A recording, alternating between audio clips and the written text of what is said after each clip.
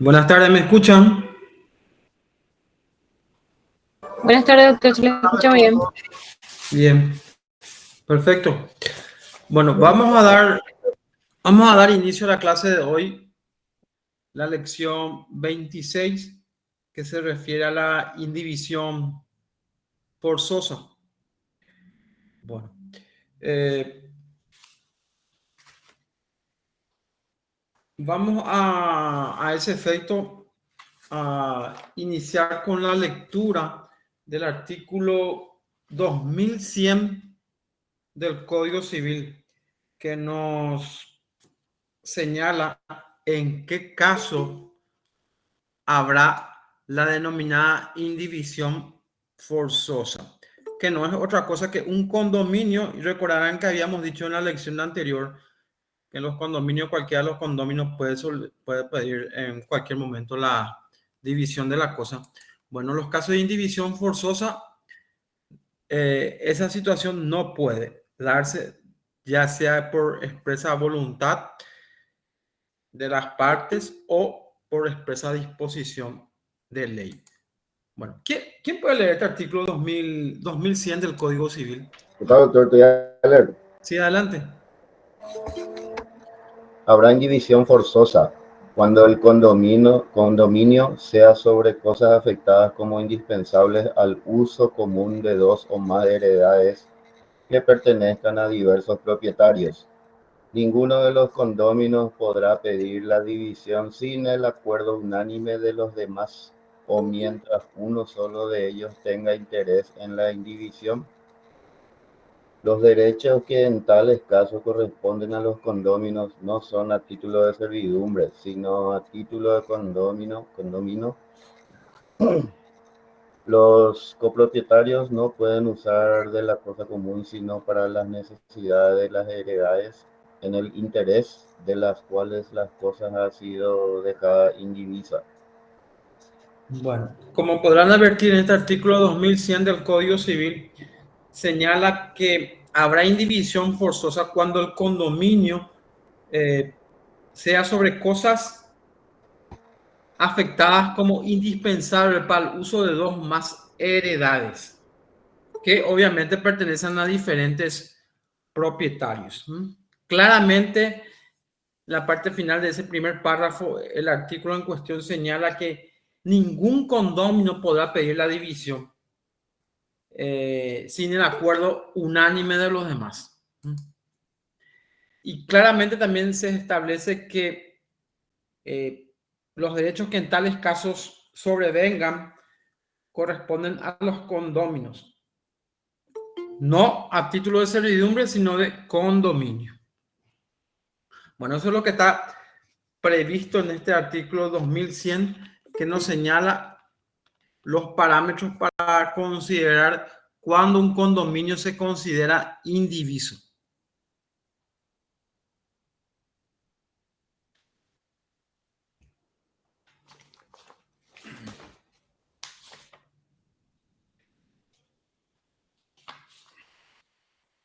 Bueno, también el programa nos pide la medianería. ¿Quién puede leer el artículo 2113?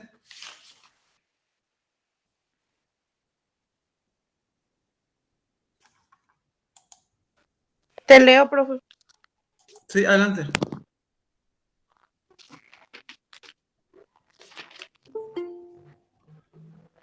La medianería da derecho a cada uno de los condóminos a servirse de la pared o muro medianero para todos los usos. A aquella está destinada según su naturaleza, con tal de que no se cause deterioros en la pared o comprometa su solidez y no estorbe el ejercicio de iguales derechos del vecino. Puede arrimar toda clase de construcciones a la pared medianera, poner tirantes en todo su espesor, sin perjuicio del derecho que el otro vecino tiene para hacerlos retirar hasta la mitad de la pared en el caso que él también quiera poner en ella tirantes o hacer el caño de una chimenea. Bueno, Este artículo, el 2113, contempla la medianería de muros,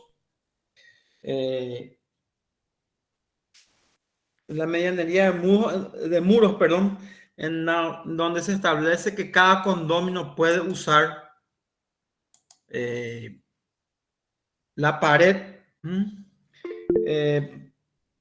a los fines que considere pertinente de acuerdo a su naturaleza. Con la única Profesor, condición entonces de que no cause perjuicio al otro condominio. Inclusive la parte final de ese artículo contemplaba la posibilidad incluso de que se ponga tirantes sobre el muro medianero. Bueno, profesor, sí, ¿qué es medianería entonces? la medianería. Bueno,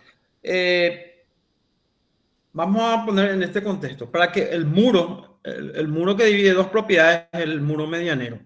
Para que el muro sea medianero, debe ser construido primero en comunidad de gastos. Ambos propietarios deben contribuir a levantar el muro medianero y debe ser construido en el límite de ambas propiedades, ¿verdad?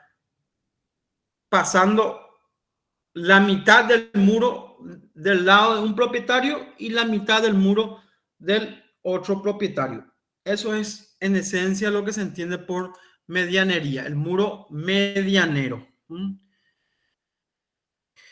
la práctica en nuestro país es difícil encontrar el muro medianero, tal como está previsto en este artículo. Por lo general es uno solo el que hace la muralla y generalmente hacen el límite hacia adentro de su propiedad, ¿verdad? Eso no se considera muro medianero. El que hace ese, y por lo general tu vecino ya no hace la muralla porque vos hiciste muralla. Esa es la realidad.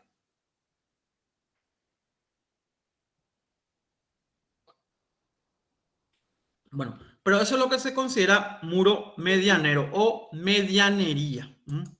Y obviamente, al ser este muro medianero, la divisoria entre dos propiedades constituye una indivisión forzosa, indivisión por ley. Bueno, no sé si quedó claro lo que se entendía por muro medianero. Sí, profe. Sí. Bueno, vamos a ver algunas diferencias con el condominio. Ya que, de hecho, la medianería es un condominio también, pero vamos a ver algunas diferencias entre uno y otro. Bueno, la primera diferencia la encontramos en la forma en que se constituye. Ya habíamos señalado que el condominio podía constituirse por actos de última voluntad, disposición de ley y por contrato. La medianería es por disposición de ley. Esa es la primera diferencia. Bueno, la otra diferencia es por el medio probatorio. El condominio en general se prueba mediante la escritura pública pertinente. La medianería admite todos los medios probatorios, incluso la presunción. En cuanto a la vigencia y la duración, como ya habíamos visto en la clase anterior, en el condominio, cualquier condominio en cualquier momento puede solicitar la división del mismo. En cambio, la medianería es casi perpetua. Entonces, ahí radican las diferencias entre la medianería y el condominio. Bueno, vamos a ver un poquito. El programa nos pide facultades de su uso. ¿Quién puede leer el artículo 2101?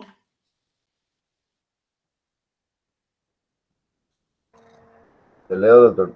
Adelante. Cada uno de los condominios puede usar de la totalidad de la cosa común y de sus diversas partes como de cosa propia, bajo la condición de no hacerla servir a otros usos que a aquellos que está destinada, y de no estorbar el derecho igual de los otros condóminos. El destino de la cosa común se determina no habiendo convención por su naturaleza misma y por el uso al cual ha sido afectada.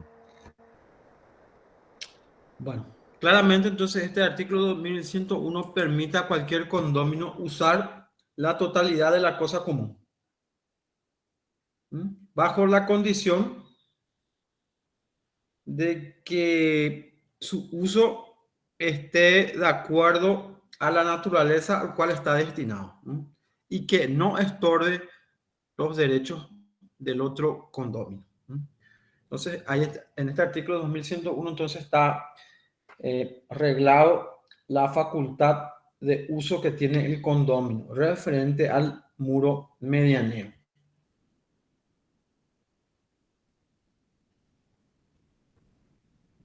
Bueno, el muro medianero, al ser un condominio, impone obviamente obligaciones a ambas partes, ¿verdad? En cuanto a su mantenimiento. ¿Quién puede leer el artículo 2107?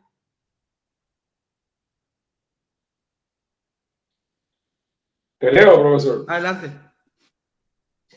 Los condóminos de una pared u otra divisoria medianera están obligados en la proporción de sus derechos a los gastos de reparaciones o reconstrucción de la pared o muro.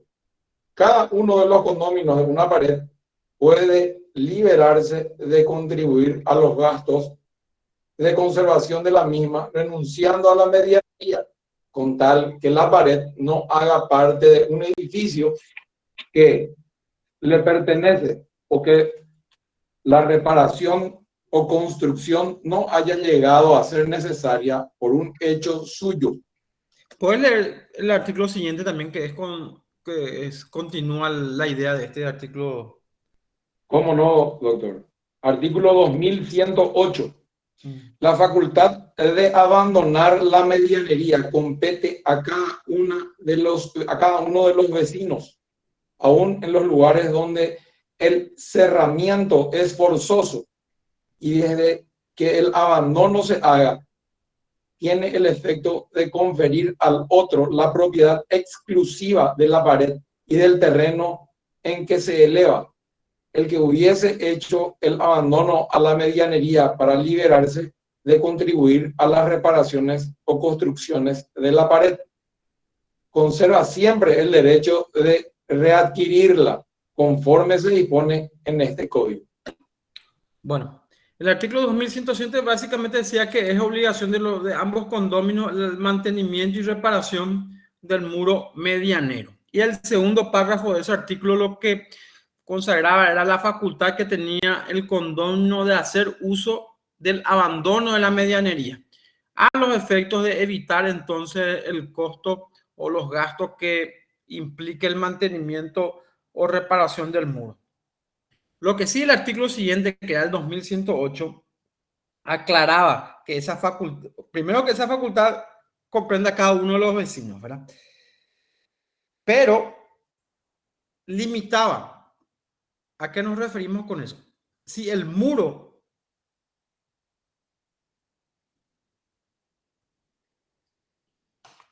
que constituye el medianero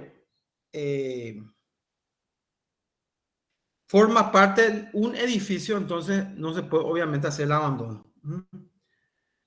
Entonces, eso es importante señalar. También, de la misma manera en que ese artículo 2108, la última parte contemplaba la posibilidad de que el condominio que haya hecho abandono de la medianería tiene la posibilidad de volver a adquirirla.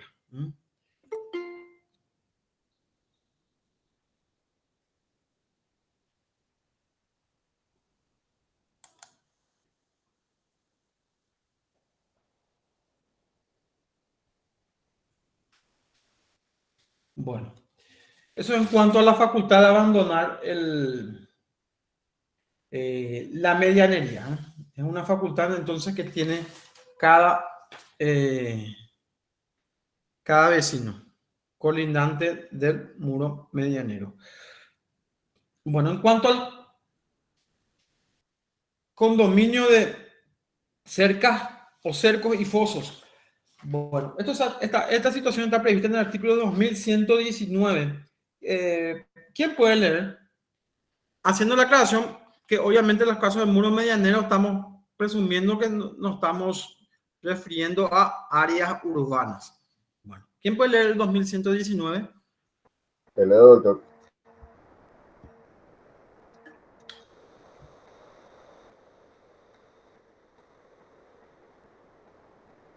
Te leo, doctor.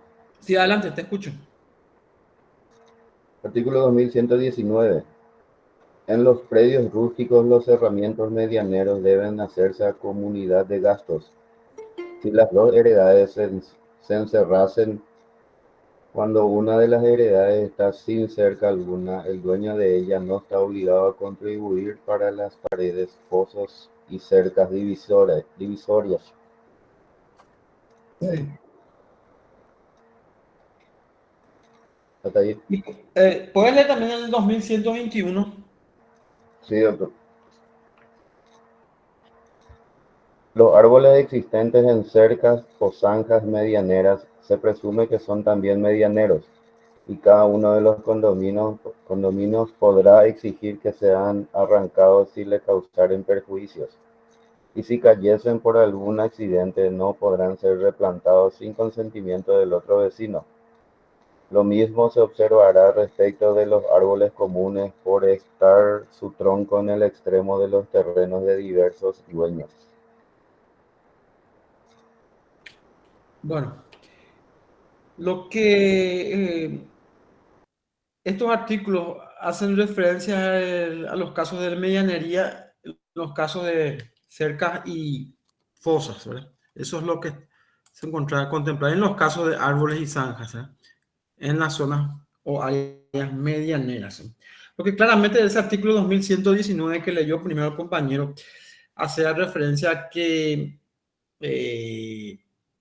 el dueño de cualquiera de las heredades no está obligado a contribuir por las paredes, fosas o cercas divisorias. Y también contemplar la situación del árbol que se encuentran en la línea medianera, ¿verdad? Que obviamente pertenecen a ambos propietarios. Bueno.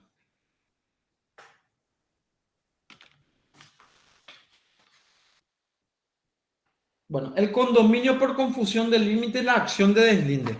Bueno. El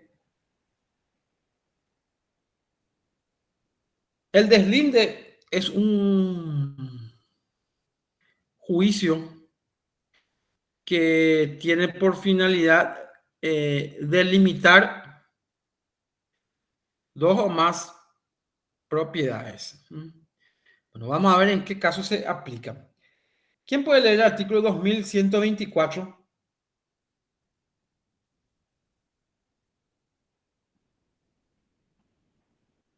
Te leo, profe. Sí, adelante. El propietario de terrenos cuyos límites estuvieren confundidos con los del fundo colindante, repútase condomino con el dueño de éste, y tiene derecho para pedir que los límites confusos se investiguen y demarquen. Bueno, puedes leer el siguiente también, el artículo siguiente. La acción de deslinde tiene por antecedente indispensable la contigüidad y confusión de dos predios rústicos. Ella no se da para dividir los predios urbanos. Bueno, ahí tenemos entonces en los casos de que haya confusión de límites, entonces cualquiera de los condóminos podrá pedir entonces que se investiguen los límites y se demarquen los mismos. Acá es importante hacer la siguiente mención. La acción de deslinde solamente es aplicable conforme a ese artículo 2125 a los predios rústicos. No es aplicable entonces a los predios urbanos. Y el artículo siguiente, que es el 126, claramente alude a que la acción de deslinde compete únicamente a los que tengan derechos reales sobre el terreno contra el propietario del fondo contiguo. Es decir, entre condóminos. Esta acción se sustancia entre condóminos, ya que la finalidad de ella es, como habíamos dicho ya, de marcar o delimitar dos fondos urbanos que se encuentran confundidos en cuanto a sus límites. Profesor, una Sí. consulta. Sí, adelante. ¿Quién determina quién es, cuándo un fondo es urbano y cuándo es rústico? Y bueno, eso de los municipios, depende de los municipios. Los municipios son los encargados de delimitar cuál es su ejido urbano. El municipio entonces decide Claro. qué parte es el ejido urbano y qué parte, porque, por ejemplo, acá en Luque nomás, por decir un ejemplo nomás, Sí, vos te vas hacia San Bernardino y de repente llega un momento en el cual parece rústico, pero ya se está loteando por metro cuadrado y no se entiende bien qué es lo que pasa ahí. sí. Por eso nomás la pregunta. Lo que entiendo hay zonas donde evidentemente donde hay montes, eso evidentemente es rústico, ¿no? Pero hay zonas como la que vos estás señalando, ¿verdad? Que ya a uno le entra la duda, ¿verdad? ¿Es urbano o no, verdad? Y bueno, y la respuesta únicamente depende de la municipalidad, ¿verdad? Que es la municipalidad la que organiza dentro de su competencia territorial las zonas. Correcto, profesor. Muchas gracias. Bueno, con esto concluimos entonces esta lección 26 que refiere a la indivisión forzosa, ¿verdad? No es una bolilla larga. Si no hay ninguna pregunta, entonces pasamos a la siguiente lección, que es la 27.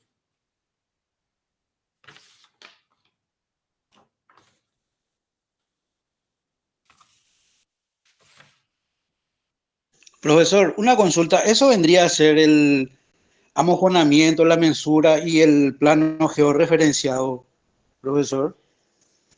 No, deslinde otra cosa. Mensura es otro. La mensura es, como su nombre es medir el inmueble. Amojonamiento es poner los mojones que establecen los límites entre dos propiedades, ¿verdad? Y el caso de deslinde es cuando hay una confusión entre los límites de propiedades rústicas. El caso que vamos a estar diciendo es aplicar los casos de mensura, los juicios de mensura. Pero también se acumulan las acciones. Mensura. Lo que pasa es que se va a hacer la mensura en áreas urbanas, generalmente esa solamente es la mensura. Ya mojonamiento no hay, ni deslinde, es solamente mensura.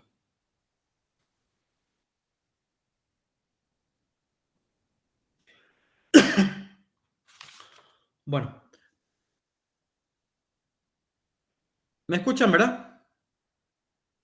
Sí, doctor.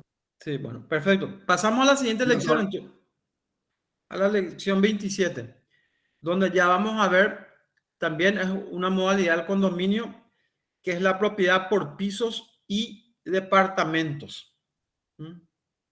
Propiedad por pisos y departamentos. Bueno, digamos que es una forma de propiedad en que se armonizan, para llamarlo de alguna manera, los derechos de propiedad o el dominio de varios propietarios o personas.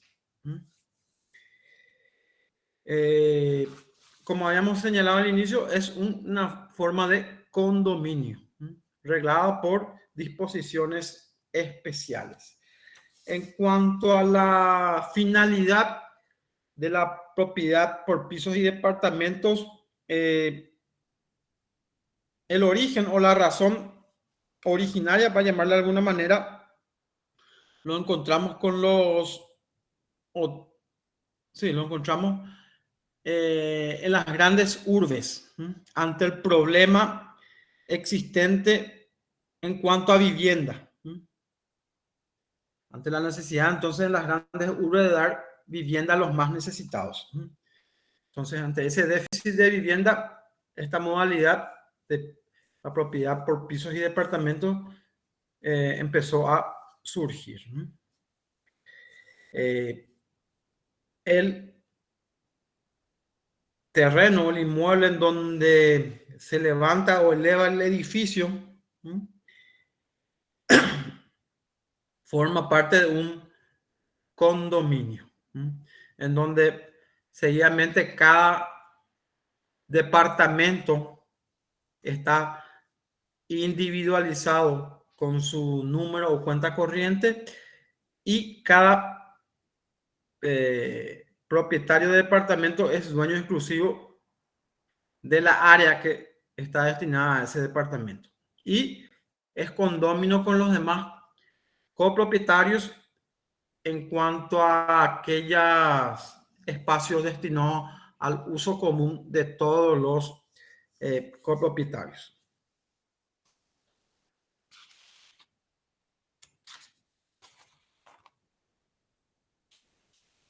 Bueno, ¿quién puede leer el artículo 2128 del Código Civil en donde se establece cuáles son los requisitos para considerar la propiedad por pisos y departamentos? 2128, ¿quién puede leer? Te leo, doctor. Sí, adelante.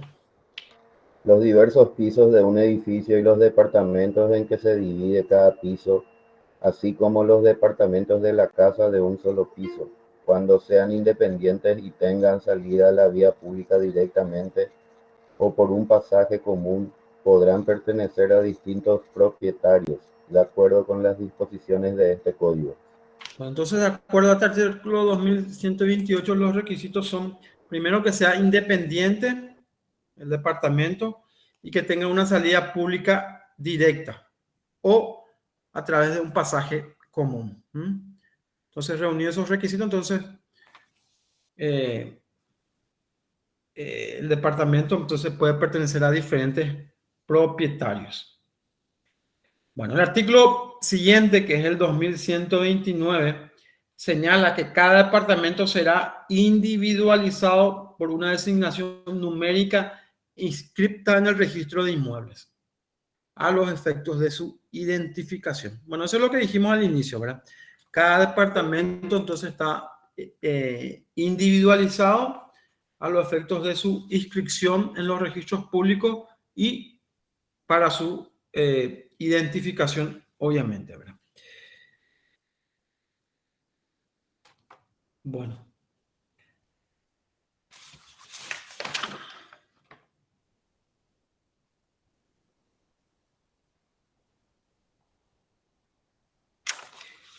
¿Quién puede leer el artículo 2130 que nos habla de cuáles son los espacios comunes? Te leo, brother. Sí, adelante. Artículo 2130. Cada propietario será titular del dominio exclusivo de su piso o departamento y copropietario de las cosas de uso común y de aquellas necesarias para su seguridad. Se consideran comunes a el terreno sobre el cual se levanta el edificio, los cimientos, muros, maestros, techos, patios, pórticos, galerías y vestíbulos comunes, escaleras y puertas de entrada. B. Las instalaciones de servicios centrales como ascensores, montacargas, calefacción y refrigeración, agua, corrientes, gas, hornos, incineradores de residuos y central telefónica. C.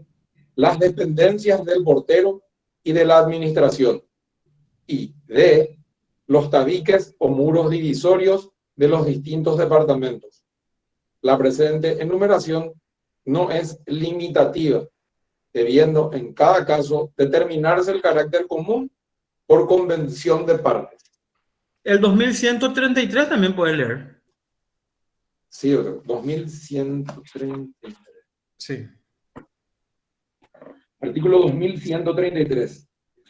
Además serán considerados elementos comunes, pero con carácter limitado, siempre que así se acordare por la totalidad de los condóminos, aquellos destinados al servicio de cierto número de departamentos, con exclusión de los demás, tales como pasillos, escaleras y ascensores especiales, y servicios sanitarios comunes a los departamentos de un mismo piso. Bueno, entonces en este artículo 2130 claramente está consignado lo que ya habíamos señalado, ¿verdad? Que cada propietario es el titular del dominio exclusivo de su piso o su departamento. Y a continuación, ese mismo artículo 2130 nos hace una enumeración de las áreas de uso común y que constituyen un condominio entre todos los copropietarios del departamento, haciendo la aclaración que esa enunciación no es exclusiva ni limitativa, sino que las partes pueden convenir otras áreas de uso común. Bueno, entonces, entre las facultades, vemos ya que cada propietario es exclusivo de su piso o departamento. ¿Y cuáles son las facultades que tiene el propietario del departamento? Bueno, en el artículo 2184 nos señala que cada propietario tiene el derecho de usar los bienes comunes conforme a su destino, sin menoscabar el derecho de los demás. Bueno, esto es más que obvio, ¿verdad? Si es para el uso común, cada copropietario puede hacer uso del área común. El artículo siguiente, que es el 135.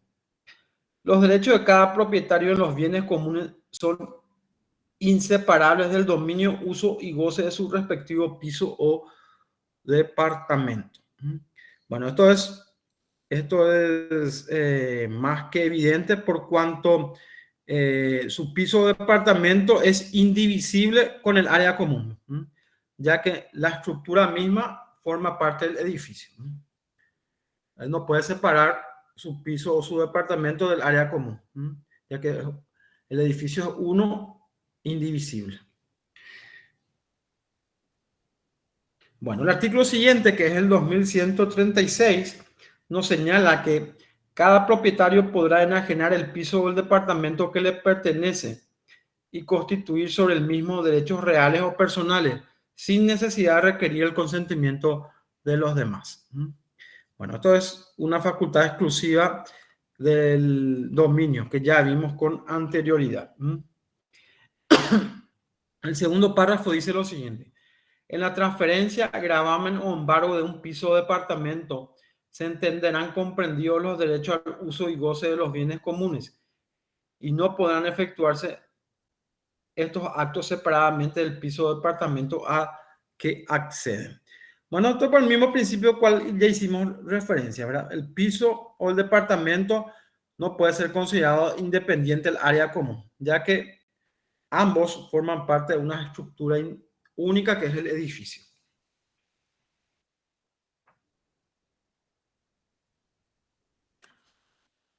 Bueno, eso en cuanto a las facultades del propietario o del piso o departamento.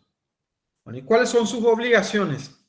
Bueno, hay varios artículos que hacen referencia a las obligaciones que tiene cada dueño de departamento. Bueno, el artículo 2138 establece de manera genérica que cada propietario atenderá los gastos de conservación y reparación del piso o departamento que le pertenece. Eso es más que obvio, ¿verdad? Entonces debe mantener, conservar y mantener y reparar su piso o departamento. Bueno, ¿quién puede leer el artículo siguiente? Acá voy a necesitar un poquito de ayuda, un poquito largo el artículo. 2139. Hello, doctor. Adelante. Queda prohibido a cada propietario, inquilino u ocupante de los pisos o departamentos, de acuerdo con las disposiciones administrativas pertinentes, a hacer modificaciones que puedan poner en peligro la seguridad del edificio y de los servicios comunes. B. Cambiar o modificar la estructura arquitectónica externa. C. Destinarlos a usos contrarios a la moral y buenas costumbres y a fines distintos a los previstos en el reglamento de copropiedad y administración. D. Perturbar la tranquilidad de los ocupantes y vecinos con ruidos molestos y depositar mercaderías peligrosas para el edificio. Y E. Elevar nuevos pisos o realizar construcciones sin el consentimiento de los propietarios de los otros pisos o departamentos. Bueno, entonces ahí está enunciado algunas de las obligaciones que tienen el dueño de un piso o departamento. Como podrán advertir, incluso está de realizar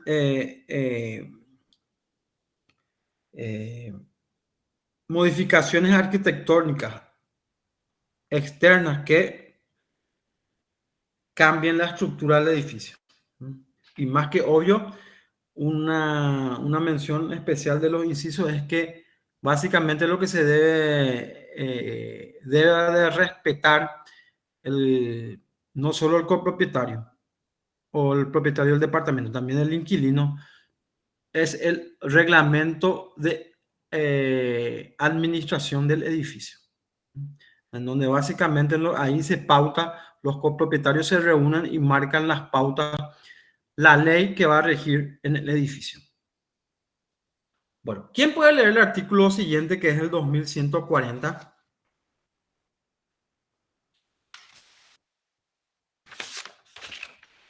Yo leo, profe. Adelante. Artículo 2140. Los propietarios están obligados al pago de las primas de seguro del edificio común, los gastos necesarios para la conservación y el goce de las partes comunes del edificio, para la prestación de los servicios en interés común, así como las innovaciones acordadas por la mayoría, serán soportados por los condóminos en medida proporcional al valor de la propiedad de cada uno, salvo pacto en contrario. Si se tratare de cosas destinadas a servir a los condóminos en medida distinta, los gastos se repartirán en proporción al uso que cada uno pueda hacer de ellas. Cuando el edificio tenga varias escaleras, patios, terrazas, obras o mecanismos destinados a servir una parte de la totalidad del edificio, los gastos relativos a su mantenimiento corresponderán al grupo de condóminos que obtienen utilidad de tales cosas. Bueno, este artículo también básicamente lo que consagra es la obligación que tiene cada propietario de abonar la prima correspondiente al seguro del edificio y abonar lo que se llaman las expensas comunes, que vendría a ser una tasa que los propietarios del edificio señalan anualmente de manera a cubrir los gastos comunes del edificio. Entiéndase, por ejemplo, agua y luz de las áreas comunes, el pago del salario del sereno, del administrador.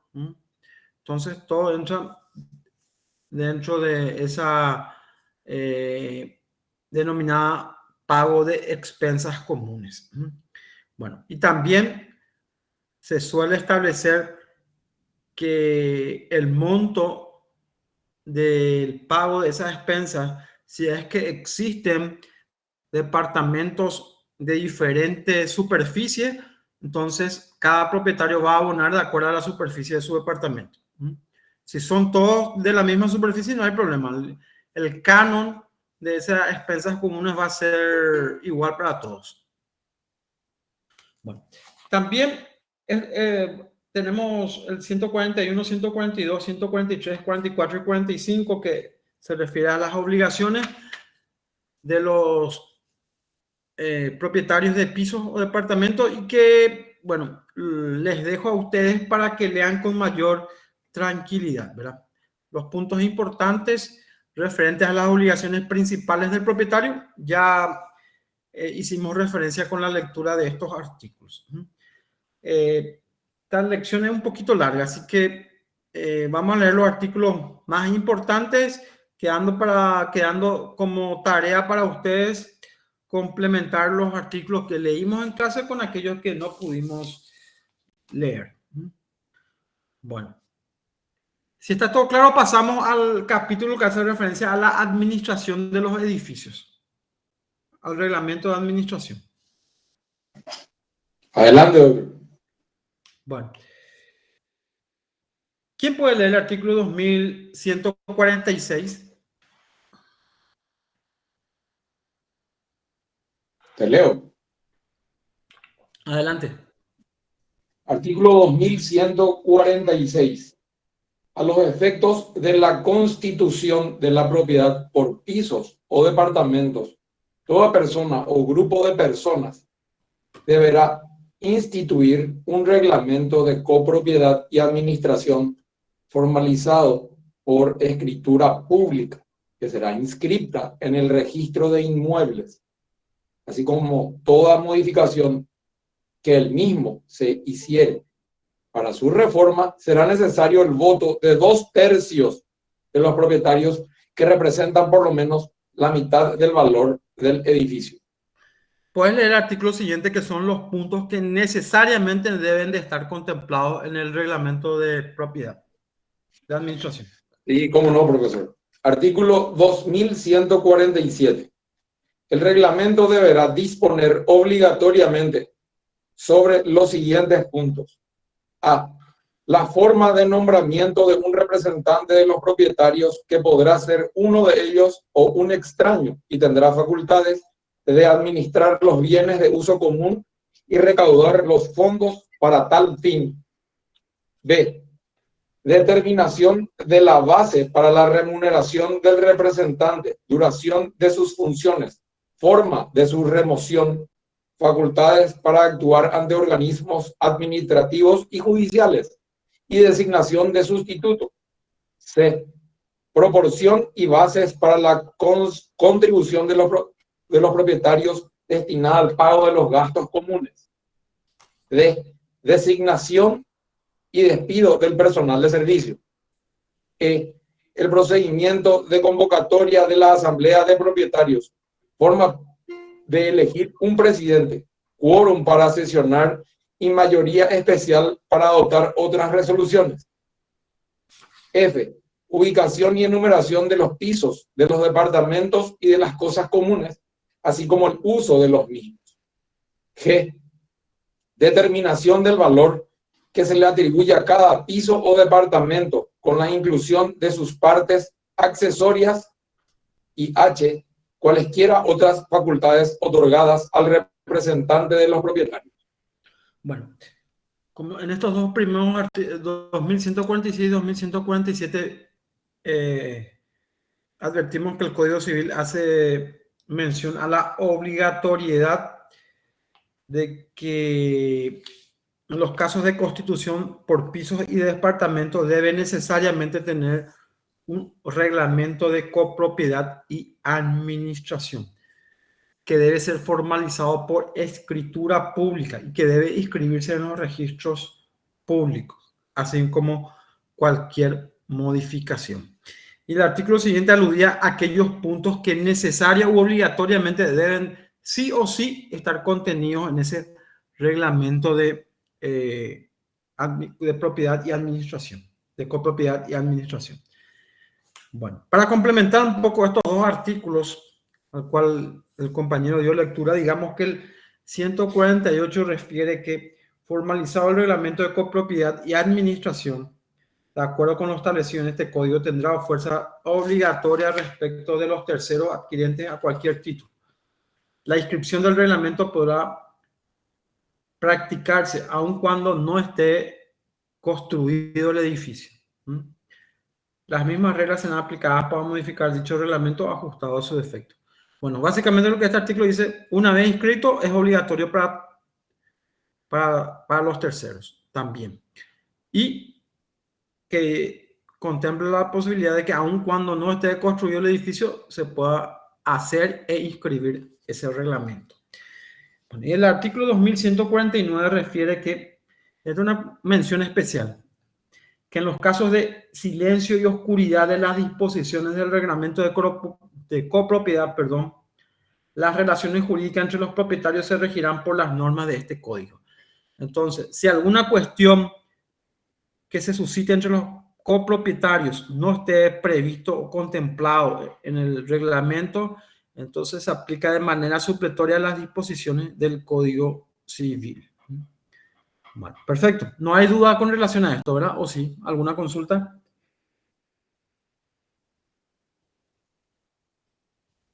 Creo que está todo muy claro. Sí. Perfecto. Bueno, tenemos entonces ya.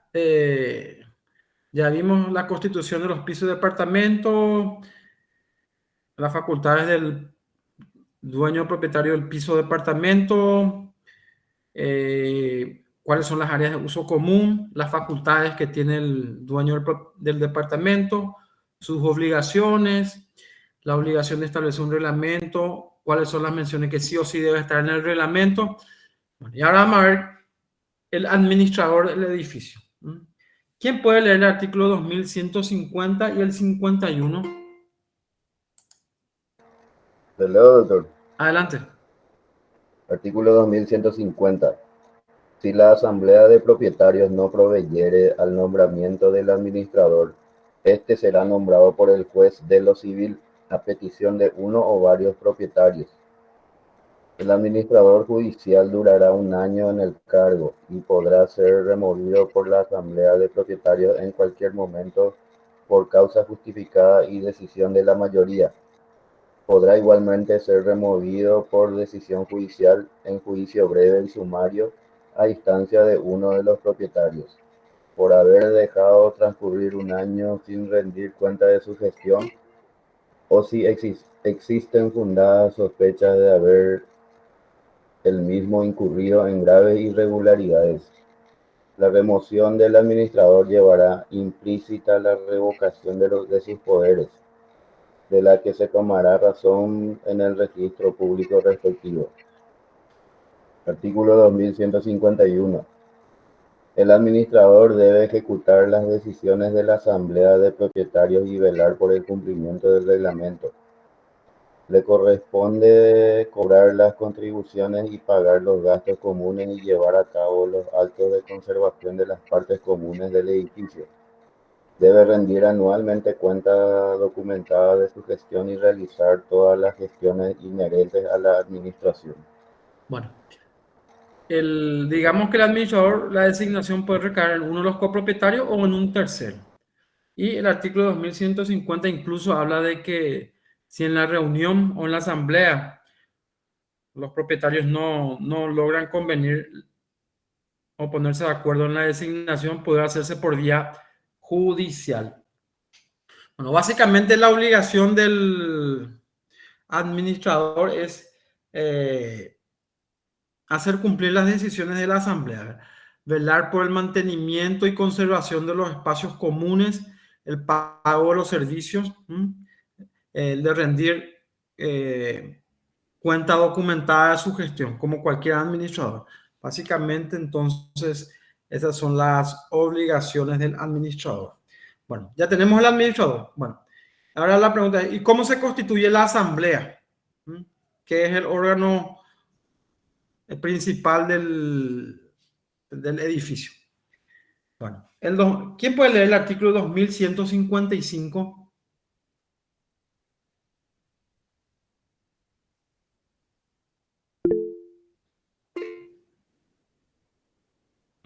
Te leo, profe. Sí. Artículo 2155. La asamblea queda regularmente constituida con la presencia de propietarios que representen los 2/3 del valor del edificio entero y esta misma proporción de los partícipes en el condominio. Son válidas las resoluciones aprobadas por el número de votos que representen la mayoría de los asambleístas y al menos la mitad del valor del edificio. Si la asamblea no puede deliberar por falta de número, se reunirá en segunda convocatoria dentro de los 10 días contados desde la primera. La resolución será válida si es aprobada por un número de votos que represente el tercio de los propietarios y al menos 1/3 del valor del edificio. Bueno, entonces de acuerdo a este artículo, la asamblea queda constituida regularmente con la presencia de copropietarios que representan las 2/3 partes del valor total del edificio. Bueno, ¿y cuál es la fuerza obligatoria de las decisiones tomadas en la asamblea? Bueno, el artículo 2157 nos habla al respecto y dice lo siguiente. Las resoluciones tomadas por la asamblea a tenor de los artículos anteriores serán obligatorias para todos los propietarios. Contra las resoluciones contrarias a la ley o al reglamento, todo propietario disidente puede interponer recurso ante el juez, pero el recurso no suspenderá su ejecución, salvo que la suspensión sea ordenada por el juez. El recurso debe interponerse bajo pena de decaimiento dentro de los 30 días contados desde la fecha de la resolución en cuanto a los disidentes y desde la fecha de la comunicación con respecto a los ausentes. Bueno, entonces, las decisiones tomadas por la asamblea tienen fuerza obligatoria para todos los copropietarios.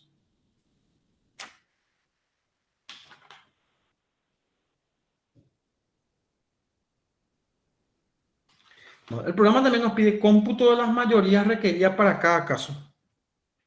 Bueno, acá nos volvemos otra vez al artículo 2155 en su segundo párrafo que decía que son válidas las resoluciones tomadas por la asamblea y que sean aprobadas por el número de votos que representen la mayoría de los asambleístas y representen por lo menos la mitad del valor del edificio.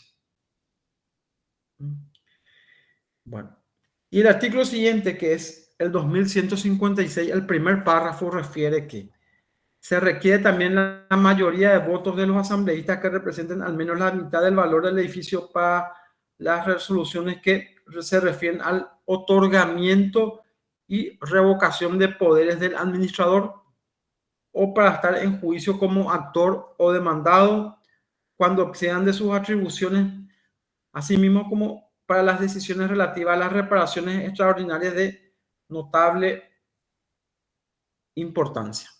Bueno, para esos casos entonces se requiere entonces el voto mayoritario del propietario que representen por lo menos la mitad del valor total del edificio. Para esos casos. Bueno, y finalmente el programa nos pide posibilidad de reconstrucción, demolición o venta del edificio. Los casos de destrucción total o parcial o el estado ruinoso.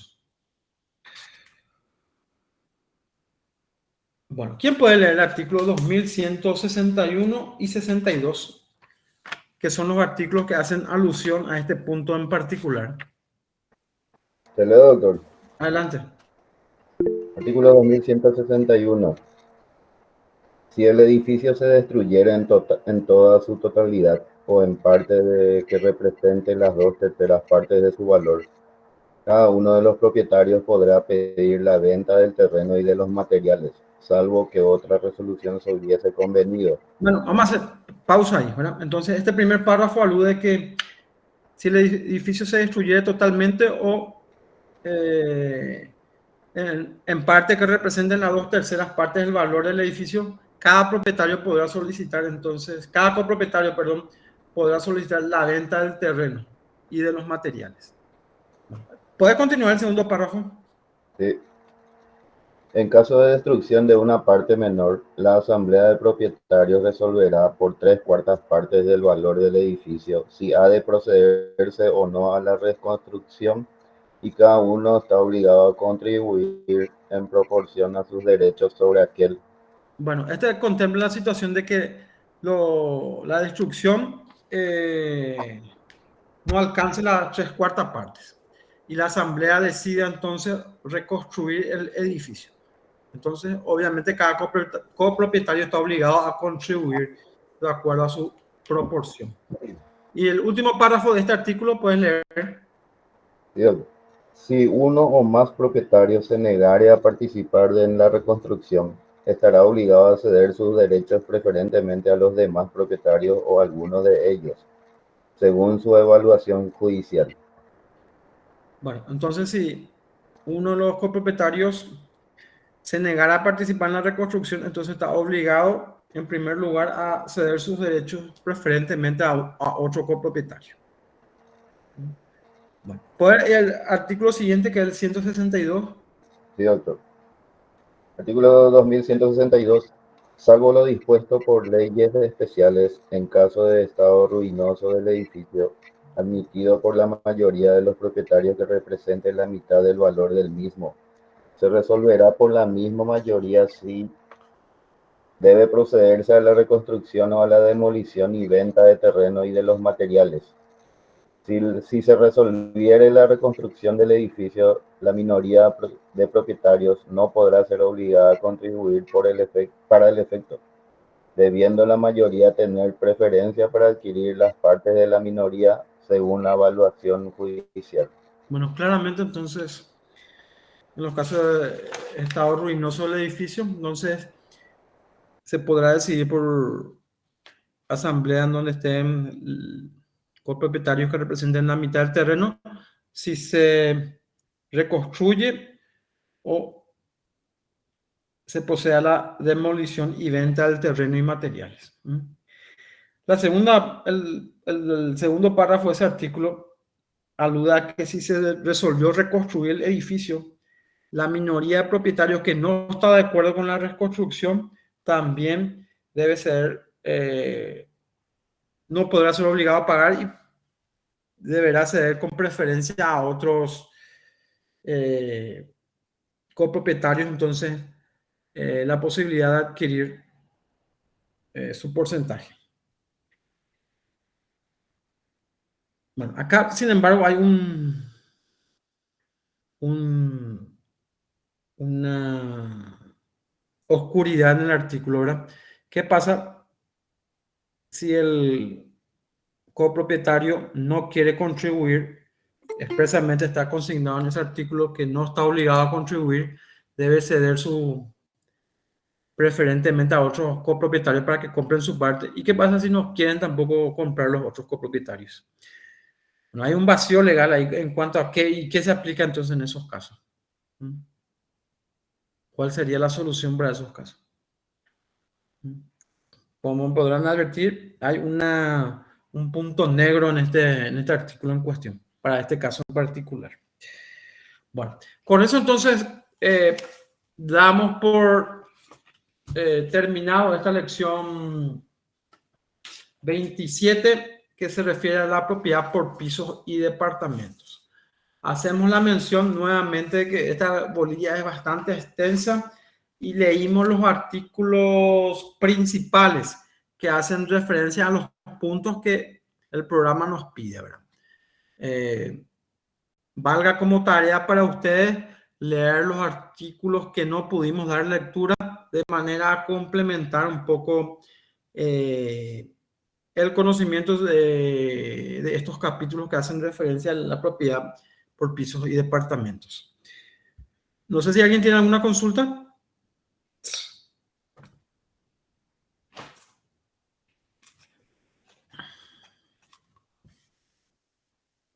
Permiso, doctor. Sí. José, te escucho. Sí, yo nada más quería saber si se procedió a la lectura del artículo 2136 y 2137 porque no pude anotar. Si leemos el 2136 y 2137. No, si es que se llegó a leer. Quiero saber. Sí, se leyó. Dale, gracias, doctor. Bueno, parece que alguien tenía otra consulta.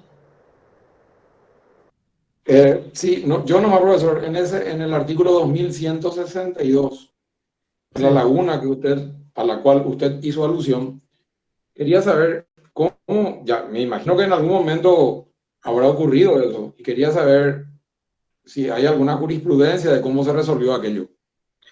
Bueno, como jurisprudencia, como un caso anterior, yo no tengo conocimiento, ¿verdad? Pero sí se me ocurre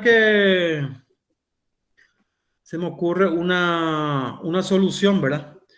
Ya que porque esa es la situación. Claro. El copropietario no quiere contribuir y le ofrece a los demás copropietarios que no quieren pagar, comprarle tampoco, ¿verdad? ¿Y qué pasa en esos casos? Se queda ahí en el limbo. Es un limbo ahí. Yo creo que la solución más justa es aplicarle el principio de división de cosa común. El juicio de división de cosa común. Ya. Sí. Se va a venta pública subasta. Un remate. Así mismo. Correcto. Bueno, les quería hacer también mención a un tema en particular, ¿verdad? Porque la verdad que este sí es bastante interesante, ¿verdad? Porque más de uno a lo mejor, no digo que ustedes, ¿verdad? Pero habrán escuchado a más de una persona haber tenido problemas por no pagar sus expensas comunes, ¿verdad? ¿Qué pasa en esos casos? ¿Escucharon hablar de...? Sí, yo ya escuché. Bueno, ¿qué pasa? Habíamos visto como dimos lectura, el reglamento de propiedad se inscribe en los registros públicos. En el reglamento de propiedad, como habíamos dicho, se establecía uno de los artículos que obligatoriamente debía contener cuál es el valor, cómo se determina la contribución del pago de las expensas comunes. Bueno, hecha la... 2130 creo que es. Bueno, sí, 2130. Bueno, ¿qué pasa para hacerlo bien práctico? ¿Qué pasa, por ejemplo, vos sos propietario de un edificio y vos no querés pagar de cada uno, no querés pagar la despensa? ¿Qué pueden hacer los otros propietarios y en este caso en particular el administrador? Porque es el administrador quien debe cumplir con las decisiones de la asamblea, porque la percepción de la expensa es una decisión de la asamblea. Bueno, se formaliza como una liquidación y eso constituye un título ejecutivo. Dicho en otra palabra, establecido entonces la liquidación como se hace como te hacen los municipios o sí, como hacen los municipios. Entonces, se hace la liquidación, no pagas, entonces se procede por la vía ejecutiva. Eso es título ejecutivo hábil y está reconocido en el Código Procesal Civil, artículo 443, si mal no recuerdo. Bueno, esto le quería comentar nomás como una cuestión práctica, ¿verdad? Como si fuera un pagaré, vamos. Exactamente.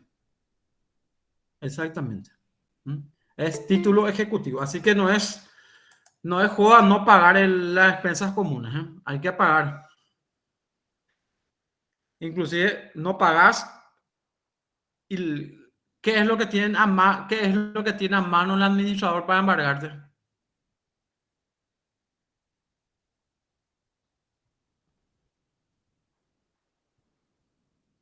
El contrato.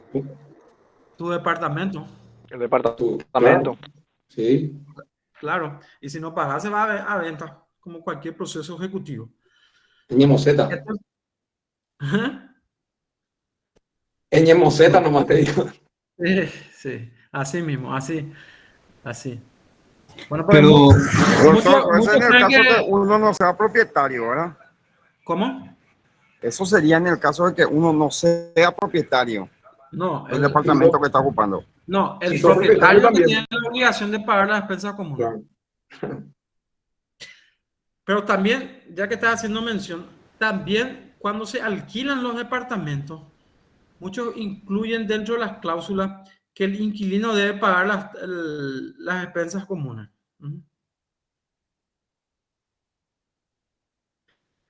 Por supuesto, Sí, por eso estaba diciendo, pues normalmente así se está haciendo el contrato. Bueno, pero esa es una relación inquilino-dueño de departamento. El hecho de que el inquilino se comprometió a pagar pero no pagó, no le exonera al dueño del departamento de su obligación de pagar la despensa. ¿Se entiende? Perfecto, es como una ley sin estar en la Constitución, vamos a decirle. Y es lo que dijimos. Es como una ley que se tiene que cumplir, sí o sí, como un impuesto, vamos a decirle, el tema de la despensa. Eso es lo que dijimos. El reglamento de propiedad es la ley dentro del edificio. Bueno, sí, lo que les quiero mencionar también, antes de olvidarme, teníamos agendado para este miércoles la segunda clase presencial. Y vamos a pasar para la semana que viene, para el miércoles 26. Para el miércoles 26. Excelente. Bueno, y si no hay ninguna otra consulta, entonces por hoy llegamos hasta aquí. Correcto, doctor. Muchísimas gracias. Hasta luego. Buenas tardes. Gracias, profe. Gracias, Hasta doctor. luego. Hasta luego. Muchas gracias, doctor. Hasta luego.